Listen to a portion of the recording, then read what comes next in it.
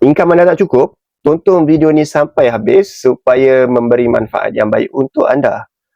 Orang yang berpendapatan RM2,000 sentiasa akan rasa orang yang berpendapatan RM10,000 lebih kaya. Begitu juga orang yang berpendapatan RM10,000, mereka akan sentiasa rasa orang yang berpendapatan RM50,000 lebih kaya. Secara matematik dan logiknya memang betul. Siapa yang berpendapatan atau bergaji besar tentunya lebih kaya.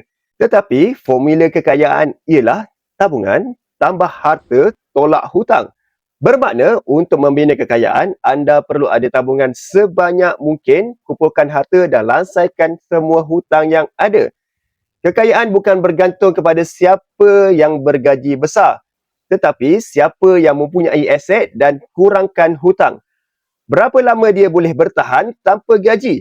Dan jika anda rasa cukup berat untuk bina tabungan sekarang, bermakna anda perlu fikir bagaimana kaedah untuk anda tambahkan pendapatan supaya duit lebihan untuk simpanan anda. Pakar kewangan wang Tuan Azizi Ali berkata, kemahiran yang paling perlu ada sekarang adalah Multiple Stream of Income, MSI. Kita sudah tidak boleh bergantung kepada satu punca pendapatan sahaja, perlu belajar untuk dapatkan income kedua, ketiga dan seterusnya.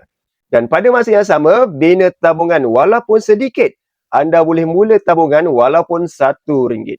Kemudian, cuba alihkan sebahagian pendapatan untuk tabung jangka masa pendek, seperti tabungan raya, tabungan sekolah anak dan tabungan kecemasan. Dan keajaiban akan mula berlaku apabila anda konsisten menabung dan membina aset. Jangan letakkan alasan dan mula bertindak sekarang. Semoga perkongsian saya memberi manfaat. Boleh follow saya untuk info lanjut tentang emas.